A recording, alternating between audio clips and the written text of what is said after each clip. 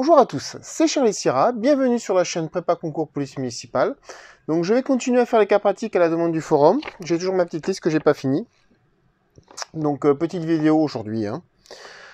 Donc première question, le maire vous demande de voir les caméras pour vérifier si les agents partent à l'heure ou partent avant l'heure. Partent à l'heure ou arrivent à savoir s'ils sont à l'heure ou pas, s'ils partent plus tôt ou pas. Que faites-vous? C'est illégal. La vidéoprotection ne sert pas à vérifier les heures et les arrivées des agents. Tout ça, c'est codifié. Donc, c'est illégal. On n'a pas le droit de le faire, tout simplement, d'utiliser la vidéoprotection pour surveiller les agents. C'est comme ça, point barre. Donc non, je ne le fais pas. Un terroriste attaque au couteau, au couteau sur un collègue. Bon bah, j'agis, si le collègue il pisse le sang, bon bah à un moment donné, si on est armé d'armes létales, ben on va faire feu, en légitime défense. Sinon, ben on essaye de maîtriser. Et en même temps, si on a le temps, on essaye de balancer à la radio qu'il y a une attaque terroriste. Ça fait beaucoup de choses en même temps, c'est pour ça qu'on s'entraîne.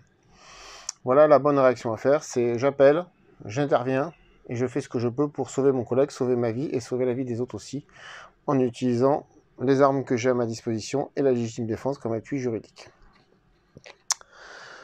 Autre question, vous êtes 2 agents en patrouille dans une rue. Face à vous, 10 individus avec 2 chiens type Bull Terrier. Ça, c'est pas interdit. Ces derniers vous lâchent les chiens dessus. Que faites-vous? Alors, pareil. Là, on se retrouve normalement face à une foule hostile. 10 contre 2. Il y a 2 chiens qui sont lancés comme armes par destination. Attaque. Donc, à ces moments-là, ben, j'ai le droit de sauver ma vie, tout simplement.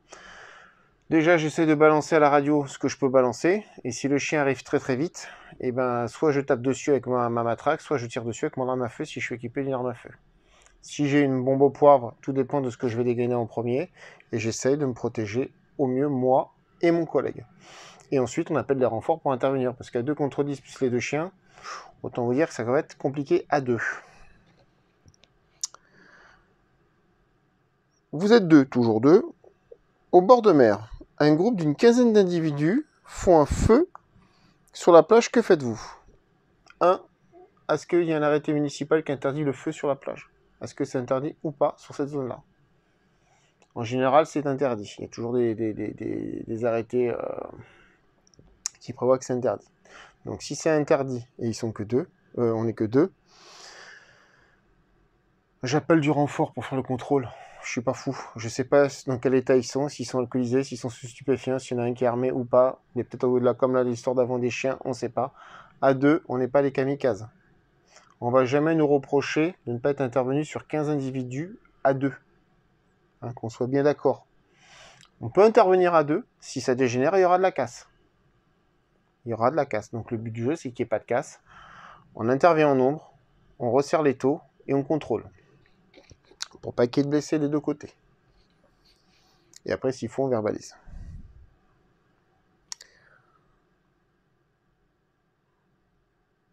Et là, encore toujours pareil. On marche dans un square. Un groupe de 15 individus nous jette des pierres et des bouteilles. Qu'est-ce que vous faites?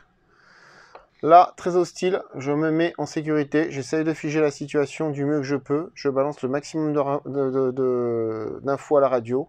J'appelle des renforts. Ben là, c'est un peu le boulot des forces d'État aussi d'intervenir. Ils ont des équipes spécialisées là-dessus. On est borderline sur du maintien de l'ordre. D'accord? Donc, on peut intervenir nous aussi, policiers municipaux. On appelle les renforts et on intervient en nombre et en sécurité avec les équipements requis. Les équipements requis, en général, c'est plutôt la police d'État qui l'a, ou les gendarmes et la police nationale, plutôt que nous. Certaines PM sont équipées de casques de bouclier. Là, c'est pas spécialement pour intervenir, c'est au moins pour se mettre en protection. Un type vient en courant avec un couteau. Il veut vous planter. Qu'est-ce que vous faites? J'ai pas le temps d'appeler à la radio. Parce que trop rapide, il y a une seconde d'intervention. Un couteau à la main, selon la proximité. S'il est un peu plus loin, je sors une arme de catégorie D. S'il est très très près de moi, je sors une arme de catégorie B. À savoir, à moins de 2 mètres, je tire. Pas le choix. Voilà. Et j'essaie d'esquiver autant que je peux, de prendre la fuite si je peux aussi. C'est une situation qui n'est pas facile à vivre et il n'y a pas la bonne solution derrière une caméra à vous donner comme ça. Parce qu'on ne sait pas comment on va réagir, on ne sait pas ce qu'il y aura derrière, si je dois tirer, est-ce que derrière il y a toute une foule ou pas. Aussi. C'est facile de dire je vais le tuer. C'est très facile. Je me défends, je le tue, j'ai une défense, tout est avec moi. Il allait me tuer avec son couteau. Ouais, mais le problème c'est que derrière j'ai une foule de 150 personnes. Est-ce que je suis assez bon tireur pour lui tirer une balle dessus sans que ça touche quelqu'un d'autre derrière? Il y a beaucoup de dilemmes là-dedans. Donc on essaye de faire au mieux, on se met en protection, on sort une arme, on essaye de donner des coups de bâton, on essaye de faire ce qu'on peut. On fait au mieux. Voilà, j'ai pas la bonne situation, la bonne explication. On le travaille énormément, ça, ce genre de choses à l'entraînement. Chaque situation est différente, chaque chose amène une réponse. Voilà. Donc il n'y a pas tout. Là, c'est basique. Si j'ai personne derrière et qu'il est à moins de 2 mètres et que j'ai pas le choix, bah, je tire dessus.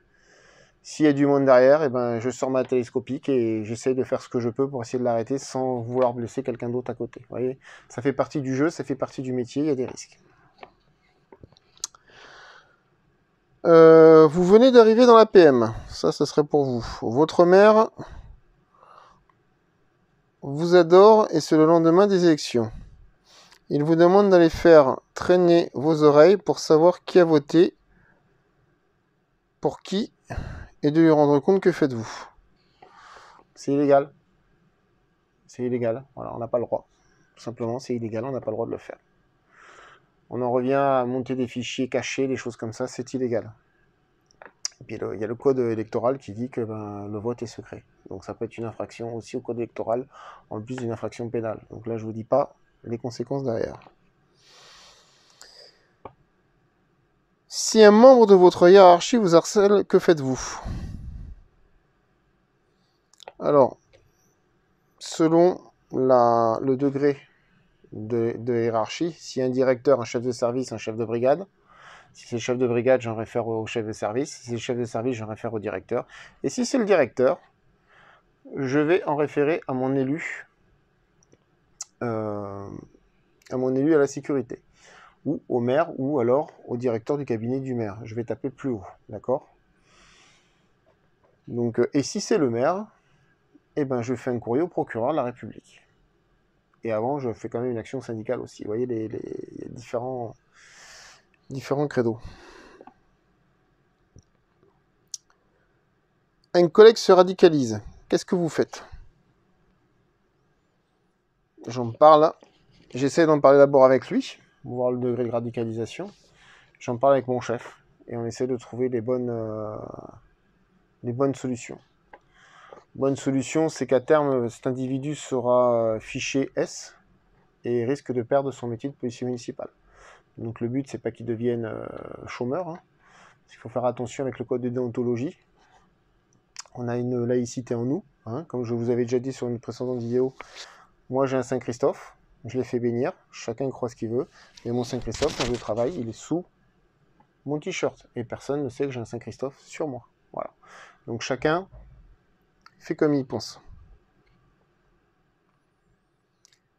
Votre collègue, après une journée de travail, s'en prend à vous. Il vous reproche plein de choses et devient agressif. Ça, c'est bizarre comme question. Alors, soit je me dis qu'il a des soucis psychologiques, hein, parce que normalement, on n'est pas censé s'énerver comme ça entre nous.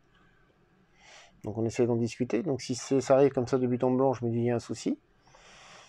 J'essaie de discuter avec lui, et puis si ça va pas, on va voir le chef de service, hein, tout simplement. Hein. Après, normalement, on n'a pas explosé comme ça, les uns envers les autres.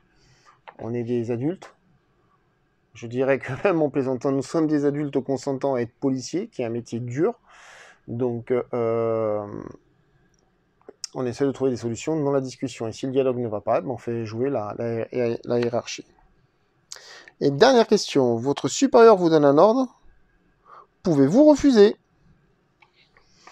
Alors, nous avons le devoir d'obéissance. Nous avons des droits en tant que fonctionnaire, nous avons aussi également des devoirs. Le devoir d'obéissance. Nous devons obéir à un homme, sauf si celui-ci est manifestement illégal ou peut entraîner des blessures, enfin, des blessures à quelqu'un. Donc, où je peux dire non. Dans ces cas-là aussi, il faut que je demande que l'ordre soit écrit, si j'ai un doute. Hein. Ça peut arriver de demander des ordres écrits. Si on explique que non, c'est pas bon et qu'on dit si, fais-le quand même. Il faut avoir de l'argumentation si un jour ça part au tribunal administratif. Voilà. Donc, je ne peux pas refuser un ordre. Je ne peux refuser un ordre que si il amène, s'il m'amène à faire un délit, par exemple, ou s'il m'amène à blesser quelqu'un. Vous voyez un peu la différence. Prouver qu'un ordre est manifestement illégal sur le moment, c'est pas évident. Voilà. Donc des fois, oui, je peux refuser. Et si je refuse, je dis pourquoi. C'est pas non, je veux pas. Non, j'explique pourquoi je ne veux pas le faire. Et dans ces cas-là, vous pouvez demander que l'ordre soit écrit. Voilà, donc c'était Sharaï Sierra pour les petits cas pratiques numéro 4. Retrouvez-nous sur la chaîne, sur le forum Facebook, pardon. Abonnez-vous sur la chaîne. Je laisse en bas le lien pour le forum. Hein. On est 600 maintenant dessus, donc c'est pas mal. Il y a pas mal d'émulsions, il y a pas mal d'échanges. C'est très intéressant à faire. À l'époque, moi, j'avais pas tout ça. Donc, je suis assez content pour vous. Et je vous dis à bientôt. Mettez le pouce et abonnez-vous. Au revoir.